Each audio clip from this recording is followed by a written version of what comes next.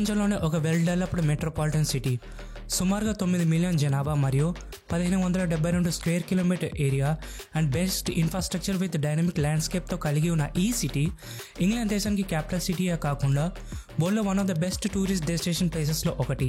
So ఈ వీడియోలో మనం డిఫరెంట్ ప్లేసెస్ని ఎక్స్ప్లోర్ చేస్తూ దీంతో పాటు ఎగ్జిస్టింగ్ ట్రాన్స్పోర్టేషన్ అండ్ రోజు యూసేజ్ టెక్నాలజీ గురించి తెలుసుకుందాం. So let's explore London.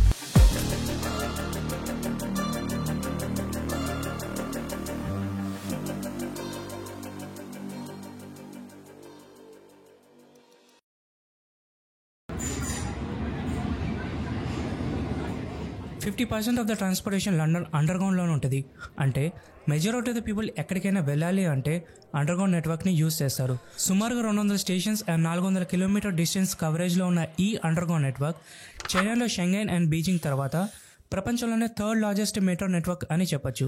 ఈ అండర్గ్రౌండ్ నెట్వర్క్లో మొత్తం 11 లైన్స్ రన్ అవుతాయి. వాటిని మనం ఒక స్పెసిఫిక్ కలర్ కోడ్ ద్వారా ఐడెంటిఫై చేయొచ్చు, like pink line, silver line, yellow line and blue line. ఇలా కొన్నిసార్లు నాకు అనిపించేది ఏంటంటే ఈ అండర్గ్రౌండ్ నెట్వర్క్ని ఎలా డెవలప్ చేసి ఉంటారా అని. ఎందుకంటే కొన్ని మెయిన్ జంక్షన్స్లో like King's Cross, Baker Street, Westminster, ఈ పర్టికులర్ జంక్షన్స్లో టోటల్ 11 లైన్స్ ఇంటర్సెక్ట్ అవుతాయి కాబట్టి సో ఒక లైన్ నుంచి ఇంకో లైన్ని వెళ్ళాలి అంటే సుమారుగా 5 to 10 minutes పట్టిద్ది. అంటే ఇమాజిన్ చేసుకోండి ఇది ఎంత పెద్ద అండర్గ్రౌండ్ నెట్వర్క్ అని. ప్రతిసారి వెళ్ళే దారిలో డైరెక్షన్ని చూసి వెళ్ళడం అనేది చాలా ఇంపార్టెంట్. అప్పుడే మనం నార్త్ బౌండ్కి వెళ్తున్నామా లేదా సౌత్ బౌండ్కి వెళ్తున్నామా అనే క్లారిటీ ఉంటుంది. ఎందుకంటే ఓవర్గ్రౌండ్ స్టేషన్స్ నుంచి 25 feet కిందకి లెవెల్ 1 స్టేషన్స్ ఉంటాయి. ఇక్కడ మనకి district and circle lines run అవుతాయి.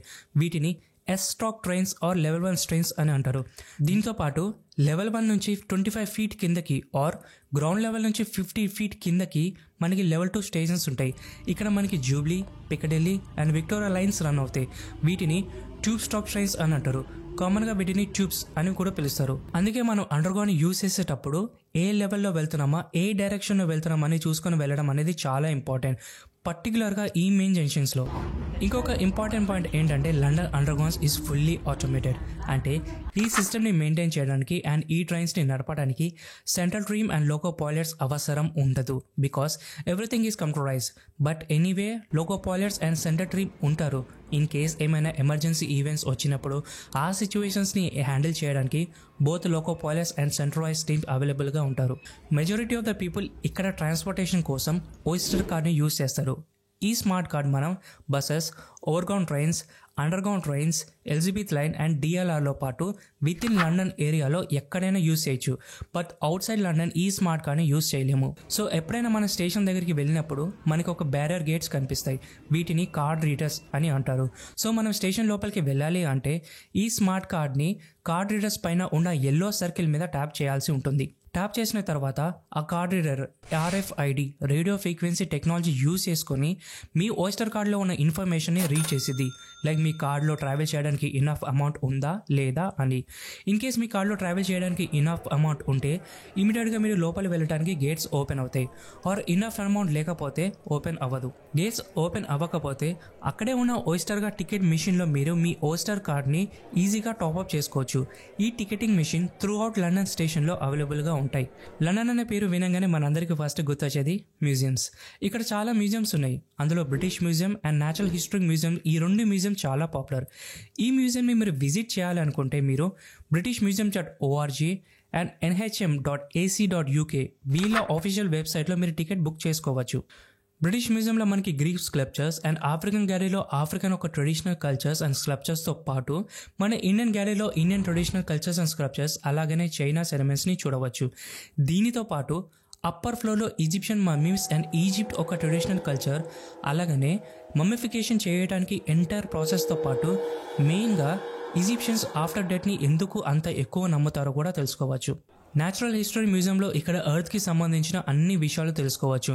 మీకు ఎంట్రన్స్లోనే బ్రిటిష్ స్టైల్ ట్రెడిషనల్ ఆర్కిటెక్చర్తో పాటు ఎర్త్కి related materials like minerals, gem stones and మన ఇండియన్కి విలువైన కోహినూర్ డైమండ్ కూడా చూడవచ్చు.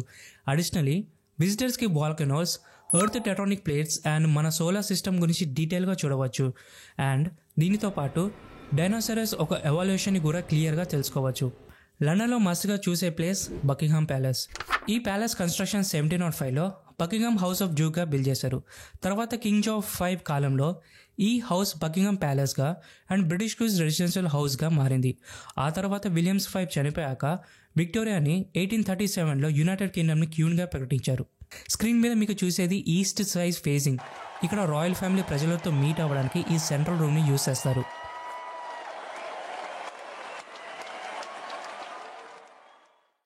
లెవెల్ 2 అండర్గ్రౌండ్స్లో మెట్రో ట్రైన్ కోసం వెయిట్ చేసేటప్పుడు నాకు ఒక చిన్న డౌట్ వచ్చింది. అదేంటంటే లోకో పైలట్ ఇంటర్ఫేస్ లేకుండా ఈ ట్రైన్స్ అన్నీ ఆటోమేటెడ్గా రన్ అవుతున్నాయి కదా, సో ఏదైనా టెక్నికల్ ఫాల్ట్ వచ్చి ట్రైన్ స్టేషన్ మధ్యలో ఆగిపోతే ఏంటి పరిస్థితి అని. ఎందుకంటే ఒక ట్రైన్ ప్లాట్ఫామ్ నుంచి వెళ్ళిపోయిన వెంటనే 30 సెకండ్స్ గ్యాప్లో సేమ్ ప్లాట్ఫామ్ మీద ఇంకో ట్రైన్ వస్తుంది కాబట్టి, సో ఏదైనా ఒక ట్రైన్లో టెక్నికల్ ఫాల్ట్ వస్తే ఆటోమేటెడ్గా అన్ని ట్రైన్స్ ఎలా స్టాప్ అవుతాయా అని. ఈ ప్రాబ్లంకి నాకు తెలిసింది ఏంటంటే ట్రైన్లో onboard CBTC communication based train control, ATO automated train operator and ATP automated train protector, ఈ 3 సిస్టమ్స్ ట్రైన్లో ఎక్కువ అయి ఉంటాయని.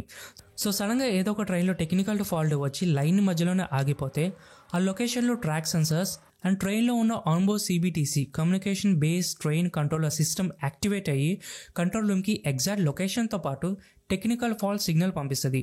దీంతోపాటు రిమైనింగ్ ట్రైన్స్లో ఉన్న CBTC కూడా అలర్ట్ సిగ్నల్ పంపిస్తుంది. వన్స్ రన్నింగ్ ట్రైన్లో అలర్ట్ సిగ్నల్ వచ్చాక ఆటోమేటిక్ ట్రైన్ ఆపరేటర్ యాక్టివేట్ అయ్యి ఎమర్జెన్సీ బ్రేక్స్ అప్లై అయ్యి ట్రైన్ని as much as possible stop చేయడానికి ట్రై చేసింది. దీనితో పాటు అడిషనల్ ఉన్న ATP ఆటోమేటిక్ ట్రైన్ ప్రొటెక్టర్ కూడా యాక్టివేట్ అయ్యి 2 ట్రైన్స్ కొలైడ్ అవ్వకుండా సర్టెన్ డిస్టెన్స్లో ట్రైన్ని స్టాప్ చేయడానికి ట్రై చేసింది. So CBTC, ATO and ATP ఈ 3 టెక్నాలజీస్ ద్వారా అండర్గ్రౌండ్ ఆపరేషన్స్ అనేది సేఫ్ అండ్ స్మూత్గా రన్ అవుతాయి. ఫ్యూ మోర్ ఐకానిక్ ప్లేసెస్ మనం లండన్లో విజిట్ అవ్వాలనుకుంటే అందులో ట్రఫల్గర్ స్క్వేర్ ఒకటి. ఇక్కడ Nelson column architecture and beautiful ఫౌండేషన్స్తో పాటు మోస్ట్లీ ఈ ప్లేస్ పబ్లిక్ గ్యాదర్ కోసం యూజ్ చేస్తారు. తర్వాత Westminster Abbey and Big Bang. Big Bang అనేది ఒక huge clock tower and Westminster is a commonly refer as House of Parliament. ఈ ప్లేసెస్లో పాటు వెస్ట్ మినిస్టర్ బ్రిడ్జ్ కూడా one of the iconic landmark అని చెప్పచ్చు. Next London I. London eye వరల్డ్లో largest observation wheel and one of the top spot to visit in London. మెయిన్గా new year celebrations అప్పుడు city fire వాక్స్తో ఈ place విజిటర్స్కి ఓ మ్యాజికబుల్ మెమరబుల్గా ఉండిపోతుంది. So ఈ entire వీడియోలో నేను క్యాష్ కానీ డెబిట్ కార్డ్ కానీ యూజ్ చేయలేదు. ఓన్లీ నేను క్యారీ చేసింది ఒక ఓయిస్టర్ కార్డ్ అండ్ స్మోన్. ఇక్కడ ట్రావెల్ చేయడానికి ఓయిస్టర్ కార్డ్ అండ్ పేమెంట్ చేయడానికి మొబైల్లో NFC యూజ్ చేస్తారు. ఈ రెండు RFID radio frequency identification technology base మీద వర్క్ అవుతాయి. సపోజ్ మనకి యూకేలో బ్యాంక్ అకౌంట్ ఉంటే నెట్ బ్యాంకింగ్ ఎనేబుల్ చేశాక యాపిల్ ఆర్ గూగుల్ వాలెట్లో డెబిట్ కార్డ్ ఆర్ వర్చువల్ కార్డ్ని యాడ్ చేసి మీ మొబైల్లో NFC ఆప్షన్స్ ద్వారా మీరు యూకేలో ఎక్కడైనా పేమెంట్ ఈజీగా చేయొచ్చు. ఇది ఎలా వర్క్ అవుతుందంటే మీరు పేమెంట్ చేసేటప్పుడు అంటే మీ మొబైల్ని కార్డ్ రీడర్ మీద పెట్టినప్పుడు మీ మొబైల్ నుంచి ఎలక్ట్రోమాగ్నెటిక్ వేవ్స్ జనరేట్ అయ్యి NFC ట్యాగ్స్ యాక్టివేట్ అవుతుంది. NFC ట్యాగ్స్ ఎందుకు అంటే ఒక సెక్యూర్ కమ్యూనికేషన్ కోసం. వన్స్ కనెక్షన్ సెక్యూర్ అయినప్పుడు మీ స్మార్ట్ ఫోన్ నుంచి మీ bank details like card number, expiration dates, CVV and card holder name ఈ పర్టికులర్ డేటా ఎంక్రిప్ట్ అయ్యి ఆ డేటా NFC కార్డ్ రీడర్కి ట్రాన్స్ఫర్ అవుతుంది. దెన్ NFC కార్డ్ రీడర్ ఆ డీటెయిల్స్ని పేమెంట్ ప్రాసెసర్ సర్వర్కి ఫార్వర్డ్ చేసింది. దెన్ పేమెంట్ ప్రాసెస్ సర్వర్ మీ అసోసియేట్ బ్యాంక్ సర్వర్తో కమ్యూనికేట్ అయ్యి మీ బ్యాంక్ డీటెయిల్స్ని వెరిఫికేషన్ చేస్తుంది. దెన్ బ్యాంక్ సర్వర్ డేటాబేస్తో కమ్యూనికేట్ అయ్యి ఈ పర్టికులర్ కార్డ్ హోల్డర్ దగ్గర పేమెంట్ చేయడానికి ఇనఫ్ అమౌంట్ ఉందా లేదా అని వెరిఫికేషన్ చేసింది. ఇనఫ్ అమౌంట్ మన బ్యాంక్లో ఉంటే బ్యాంక్ సర్వర్ పేమెంట్ ప్రాసెస్కి ఆథరైజ్ చేసింది. వన్స్ ఆథరైజ్ వచ్చాక పేమెంట్ ప్రాసెస్ సర్వర్ మన బ్యాంక్ నుంచి అమౌంట్ని డెబిట్ చేసి అసోసియేట్ మర్చెంట్ బ్యాంక్లో ఆ అమౌంట్ని ట్రాన్స్ఫర్ చేసింది. వన్స్ ట్రాన్సాక్షన్ అయినాక ఎగ్జిస్టింగ్ కనెక్షన్స్ అన్నీ టర్మినేట్ అయ్యి మీకు SMS ద్వారా మీ ట్రాన్సాక్షన్ డీటెయిల్స్ గురించి నోటిఫికేషన్ వచ్చింది. జనరల్లీ ఫోన్పే, గూగుల్ పే కూడా సేమ్ టెక్నాలజీ యూజ్ చేసింది, but slightly different to NFC. లండన్లో ఐకానిక్ ప్లేసెసే కాకుండా లండన్ స్ట్రీట్స్ కూడా చాలా ఫేమస్. అందులో Oxford street and Piccadilly circus.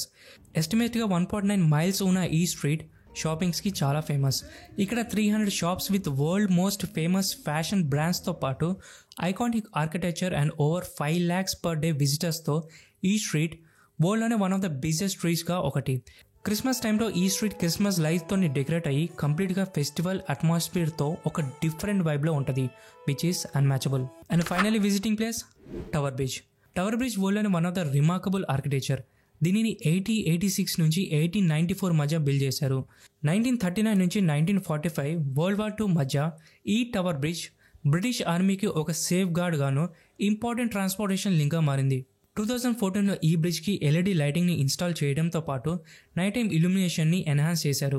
2020 నుంచి ఇప్పుడు ఫ్యూచర్ జనరేషన్ కోసం డైలీ మెయింటెనెన్స్ అండ్ ప్రిజర్వేషన్ చేస్తూ టవర్ బ్రిడ్జ్ అటు హిస్టరీ ఇటు మోడర్నిటీని బ్లెండ్ చేస్తూ విజిటర్స్కి ఒక బెస్ట్ ఎక్స్పీరియన్స్ అని చెప్పొచ్చు, ముఖ్యంగా నైట్స్.